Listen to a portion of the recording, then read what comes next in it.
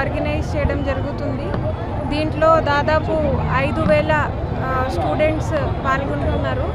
మన జిల్లాకి సంబంధించి జమ్మలమడుగు కాన్స్టిట్యుయెన్సీ ఎమ్మెల్యే గారు కూడా దీంట్లో పార్టిసిపేట్ చేస్తున్నారు. సో అందరికీ కూడా చాలా యాక్టివిటీస్ చేయమని మన honourable PM sir has given directions. కాబట్టి ఈరోజు దాంట్లో ఒక చిన్న యాక్టివిటీ మనం మన తరఫు నుంచి చేస్తున్నాము.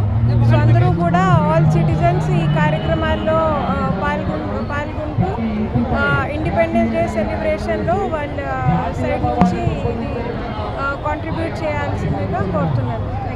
హర్ ఘర్ తిరంగా గౌరవ ప్రధానమంత్రి గారి యొక్క నినాదం ప్రతి ఇంటికి 78వ స్వాతంత్ర దినోత్సవాన్ని దృష్టిలో పెట్టుకొని దేశం బాగుండాలా, ప్రపంచంలోనే మేటిగా ఉండాలా, ఇది ప్రతి ఒక్కరూ తెలుసుకోవాలనే ఉద్దేశం.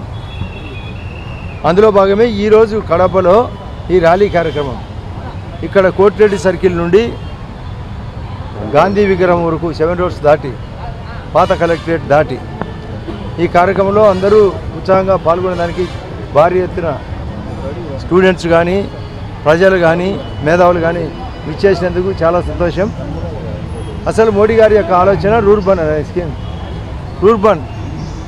Urban facilities in rural areas, అంటే పట్టణ వసతులు పల్లెలో ఉండాలి. గాంధీ గారి యొక్క సిద్ధాంతం రాత్రిపూట కూడా మహిళా స్వేచ్ఛగా తిరగాల, పల్లెలు పట్టుకొమ్మలు కావాలా. ఈ దిశలో ప్రయాణం జరుగుతుంది.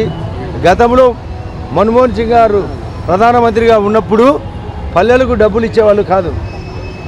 మోడీ గారు వచ్చిన తర్వాతనే పల్లెలకు డబ్బులు ఇచ్చే జగన్మోహన్ రెడ్డి గారు ఆ పల్లె డబ్బులు కూడా 8,500 కోట్లు కబ్జా చేసినాడు. ఇప్పుడు ఈ ఆగస్టులో మళ్ళీ రిలీజ్ కాబోతున్నాయి. జలజీవన్ మిషన్ అనేది పల్లెలకు ముఖ్యంగా ఉపయోగపడే కార్యక్రమం.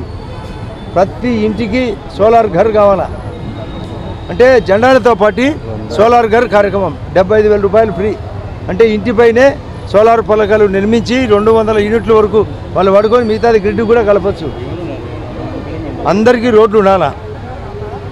ఉచిత బియ్యం 5 కేజీలు మరొక 5 సంవత్సరాల పాటు, ఒక్కొక్కరికి 5 కేజీల బియ్యం. అది కాకుండా 5 లక్షల వైద్యం ఇండియాలో ఎక్కడైనా Aba card. Current 9 hours current, 12 hours current అందరికీ ఉండాలా. ఇప్పుడు 4,40,000 మెగావాట్లు ఉంది ఈ దేశంలో. మరొక 3 లక్షలు మెగావాట్ల కోసం ప్లానింగ్లో భాగంగా ఈ 5 నెలల్లో పూర్తి చేసే కార్యక్రమం. అంటే ఇప్పుడు ఇవన్నీ ఎందుకు చెప్పాల్సిన పడిందంటే ఊరికే స్వాతంత్రం రావడం కాదు వాళ్ళ పెద్దలు ఆశించినది. స్వాతంత్రంతో పాటు ప్రతి ఒక్కరికి స్వాతంత్రం రావాలా, ఆర్థిక స్వాతంత్రం రావాలా, విద్య పెరగాల, ఉపాధి పెరగాల, ఆరోగ్యం పెరగాల, కరెంటు పెరగాల, మంచినీళ్ళు పెరగాల, స్వచ్ఛ భారత్ కింద టాయిలెట్ రావాలా, అందరికీ ఇంట్లో గ్యాస్ కనెక్షన్ ఉండాలా, ప్రధానమంత్రి ఆవాస్ యోజన కింద ఇండ్లు ఉండాలా, ఫసల్ బీమా యోజన కింద పంటలకు తక్కువ ప్రీమియం ఎక్కువ లాభం. చేనేతలకు కూడా ఈరోజు చేనేతలు బాగా సమృద్ధిగా ఉండాలంటే ప్రతి ఒక్కరు చేనేత బట్ట ధరించాలి. చేనేత విదేశాలకు కూడా ఎగుమతులకు పర్మిషన్ ఇవ్వడం జరిగింది. మత్స్య కార్మికులకు కూడా అవగాహన కల్పించడం జరిగింది.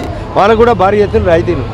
ఇది యొక్క స్వాతంత్రం యొక్క ఉద్దేశం. ఇది 78 అందరూ సక్సెస్ చేయాలని, మీరు కూడా దీన్ని హైలైట్ చేయాలని కోరుకుంటున్నాను.